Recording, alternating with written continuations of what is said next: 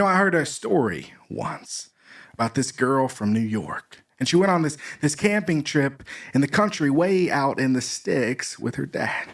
Now, this girl, she wasn't what you would call outdoorsy, not by any stretch of the imagination. She didn't know her way around a sleeping bag. She didn't know how to properly set up her tent.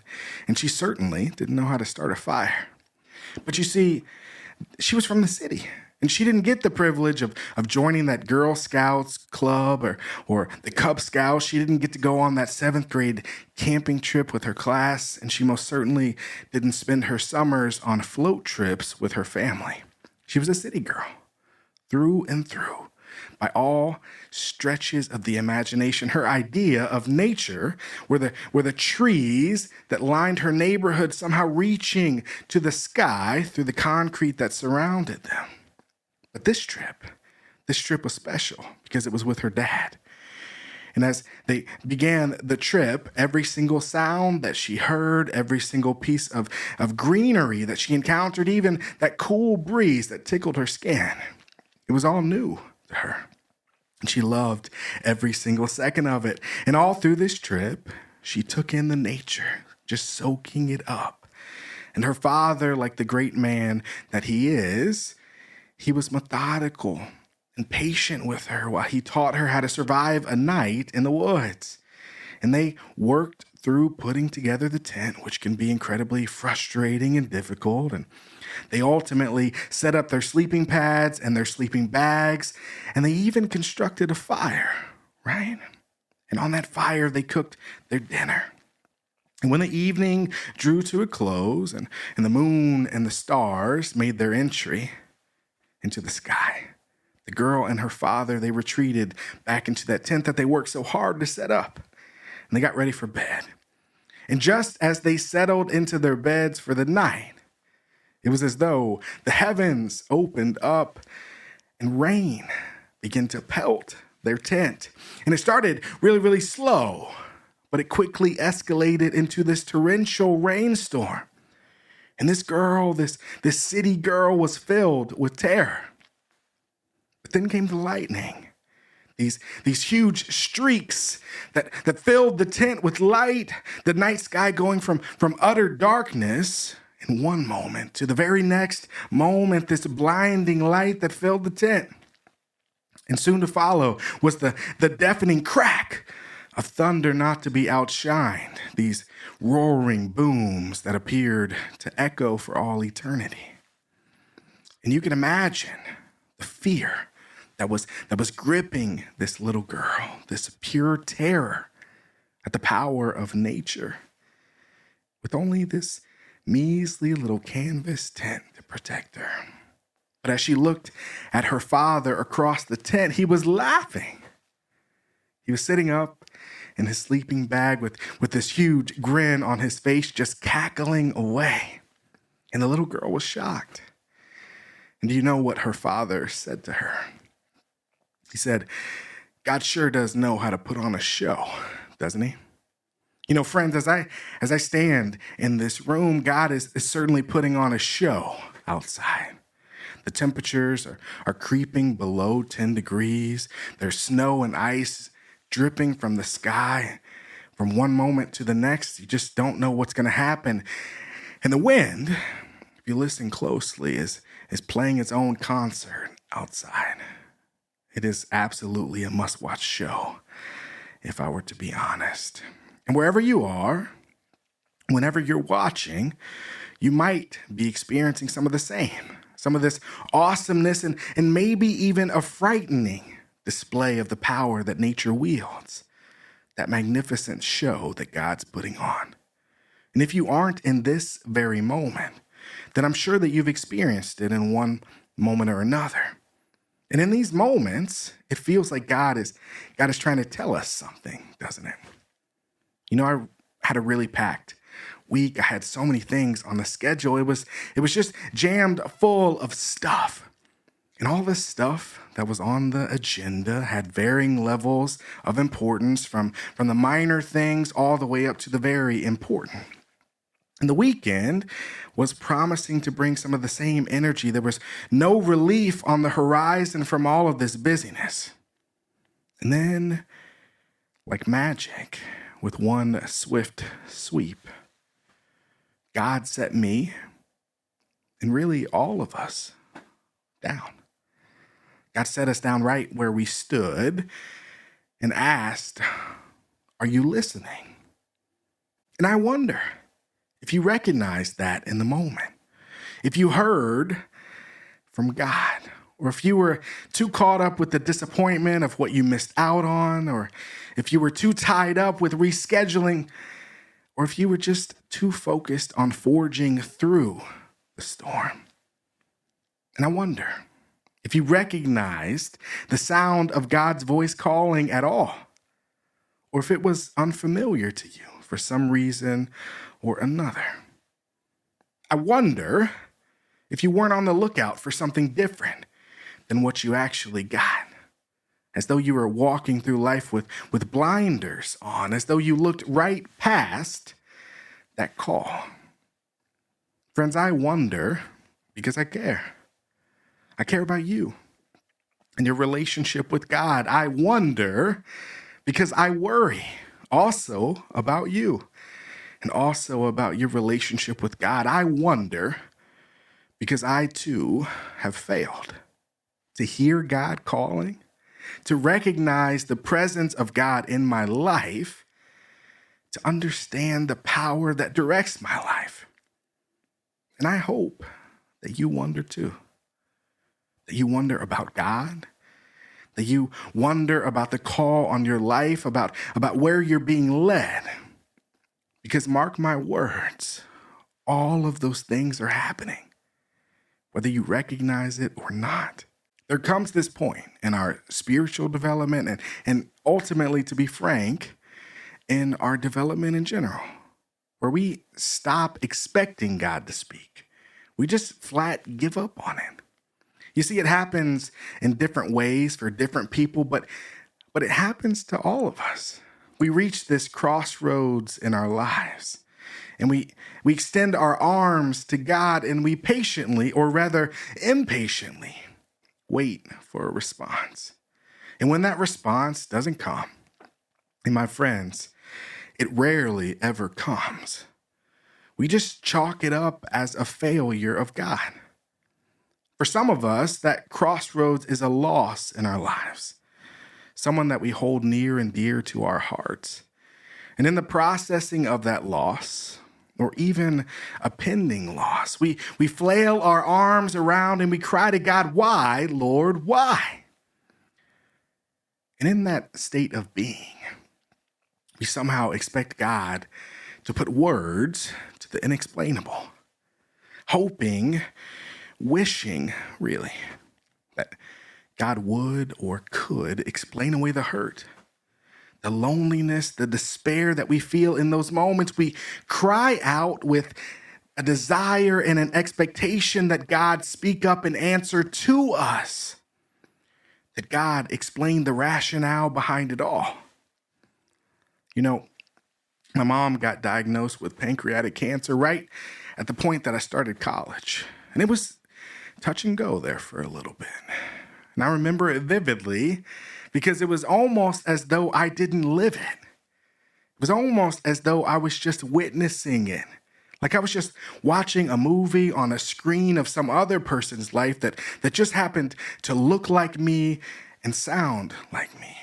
And I remember the conversations that I had with God during that time. And they were spirited and pleading. They were this cry for something that wasn't ever coming, at least not in the way that I wanted it to.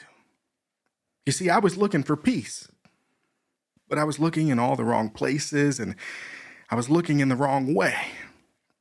And I remember telling God, I don't need to know what the plan is. I just need to know that there is a plan, that there is a point to all of this. God, you don't have to tell me, but you do have a plan, don't you? And we can all look back on those moments where we stand today with a stronger faith and less of those pivotal obstacles. And we can say without a doubt that, of course, God has a plan. But when you're in the thick of it, when you're in that crossroads, you expect an answer from God that just isn't coming. And so when the heavens don't spring open and Morgan Freeman's voice doesn't bellow down from the sky, we think that God just didn't answer, that God doesn't speak to us. And what then? Well, we stop calling. We stop crying out to God. We stop debating and wrestling with God. We stop the conversation altogether because God failed us, or so we thought. Our scripture today is one of the most special scriptures in all of the Old Testament. It's one that we read all of the time, but I want you to listen with new ears today. It's from 1 Samuel chapter 3. The boy Samuel was serving God under Eli's direction. This was at a time when the revelation of God was rarely heard or seen. One night, Eli was sound asleep. His eyesight was very bad. He could hardly see. It was well before dawn. The sanctuary lamp was still burning. Samuel was still in bed in the temple of God, where the chest of God rested. Then God called out, "Samuel, Samuel." Samuel answered, "Yes, I'm here." Then he ran to Eli, saying, "I heard you call. Here I am." Eli said, "I didn't call you. Go back to bed." And so he did. God called again, "Samuel, Samuel." Samuel got up and went to Eli. "I heard you call. Here I am." Again, Eli said, "Son, I didn't call you. Go back to bed." This all happened before Samuel knew God for himself. It was before the revelation of God had been given to him personally. God called again, "Samuel," the third time. Yet again, Samuel got up and went to Eli. "Yes, I heard you call me. Here I am." That's when it dawned on Eli that God was calling the boy. So Eli directed Samuel, "Go back and lie down.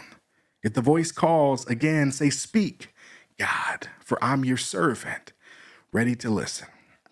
Samuel returned to his bed. Then God came and stood before him exactly as before, calling out, "Samuel, Samuel."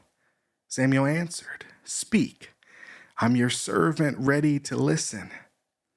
God said to Samuel, "Listen carefully. I'm getting ready to do something in Israel. It's going to shake everyone up and get their attention. The time has come for me to bring down on Eli's family everything I warned him of, every last word of it. I'm letting him know that the time's up. I'm bringing judgment on his family for good." He knew what was going on, that his sons were desecrating God's name and God's place, and he did nothing to stop them. This is my sentence on the family of Eli. The evil of Eli's family can never be wiped out by sacrifice or offering. Samuel stayed in bed until morning and then rose early and went about his duties, opening the doors of the sanctuary. But he dreaded having to tell the vision to Eli. But then Eli summoned Samuel. "Samuel, my son." Samuel came running. "Yes? What can I do for you?" "What did he say? Tell it to me, all of it. Don't suppress or soften one word, as God is your judge. I want it all, word for word, as he said it to you." So Samuel told him, word for word. He held back nothing. Eli said, "He is God. Let him do whatever he thinks best." Samuel grew up. God was with him, and Samuel's prophetic record was flawless. Everyone in Israel, from Dan in the north to Beersheba in the south, recognized that Samuel was the real thing, a true prophet of God. God continued to show up at Shiloh, revealing his word to Samuel at Shiloh. This chapter of 1 Samuel begins by letting us know at the time of this story, the revelation of God was rarely seen or heard. Now, in the Bible, That's the only reference to that phrase, the only time that it's ever uttered. And there's a starkness to that, an emptiness. That visions or words from God just don't happen that often anymore. And there's some that would say there's a lot of parallels to today in this text. And I'm not sure that I would argue with that take. In our story, we find an elderly Eli and a young Samuel. And many of you probably heard the text before. In the dead of night, the voice of God calls out to Samuel, and he is confused and bewildered. He's sure, he's certain that it is the voice of Eli that's calling him. But it is not, in fact, Eli. And again, God calls Samuel, and he awakes, again certain that it was Eli, but still it was not. And once again, God calls Samuel. And once again, Samuel is sure it is Eli, but it is not Eli. You see, young Samuel did not yet know the Lord, but Eli could see that this must be the voice of God calling. And so he gives Samuel this instruction: go back and lie down. If the voice calls again, say, "Speak, God. I'm your servant, ready to listen." And when Samuel complies with the instructions that Eli has given him, this is the message that God conveys. Listen carefully. I'm getting ready to do something in Israel that's going to shake everyone up and get their attention. The time has come for me to bring down on Eli's family everything that I warned him of. Every last word of it. I'm letting him know that the time's up. I'm bringing his family judgment for good. He knew what was going on, that his sons were desecrating God's name and God's place, and he did nothing to stop them. This is my sentence on the family of Eli. The evil of Eli's family can never be wiped out by sacrifice or offering. Friends, you heard it. That is most certainly not the kind of news that Eli wanted to hear, and it was definitely not the news that young Samuel wanted to have to pass along. He was incredibly troubled by it. And yet Samuel did what he was instructed to do. And Eli took that information with grace. What did he say? Tell it to me. All of it. Don't suppress or soften one word. As God is your judge, I want it all word for word as he said it to me. So Samuel told him word for word. He held back nothing. Eli said, he is God. Let him do whatever he thinks is best. When we read about this story, we talk about penance, we talk about prophecy, we talk about everything except for fully listening to the word of God. And I get it. I really do. I get why we gloss over it. It feels like, at least to us, that we're in a time where the revelation of God is rare or it's somehow lacking. We feel like, in our time of need or distress, that God somehow abandoned us, that the almighty and omnipotent God is somehow deficient in communication, in explanation. At the very least, it appears that way. And so when we hear this story of God calling out to Samuel, we think it must be nice. Because in our heart of hearts, each and every one of us, we think deep down inside that if we were to hear the voice of God bellowing down to us, we would be like Eli. We would know that it is God. That somewhere in our spirits or in our Sunday school training or in all that pew time, that we would be programmed to recognize the voice of God. But friends, it's just not always the case.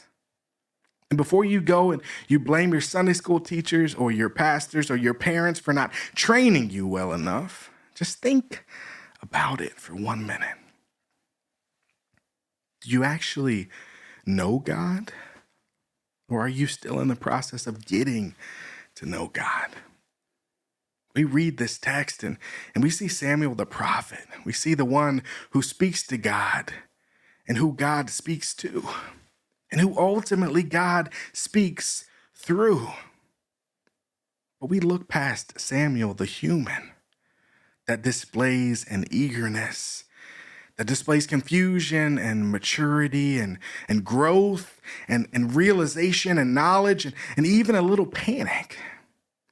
And ultimately, affirmation. A genuine human encounter with God. One like that which we seek. Instead of glossing over this bit, this humanity, shouldn't we ask ourselves why? Why show this? Why display these human emotions in this way? Well, I suspect that it's meant to help us relate to the struggles within our own communities and our walk with God. A voyage that at times feels lonely and perilous, and at other times feels uplifting and free. A bond that simultaneously makes us and breaks us. And deep in my heart, I wonder if the humanity of Samuel can help us recognize the beauty of God's revelations all over our lives. That when we reach a crossroads of our own, those moments that serve to define our relationship with God, that we not be afraid of listening as much as we plead, that we not shy away from those silent and quiet corners as we process where the voice of God calls us to dwell, that our response to the appearance of silence from God not be confined to our own faulty expectations of God, but instead be freed by an understanding that the Spirit of God knows no borders.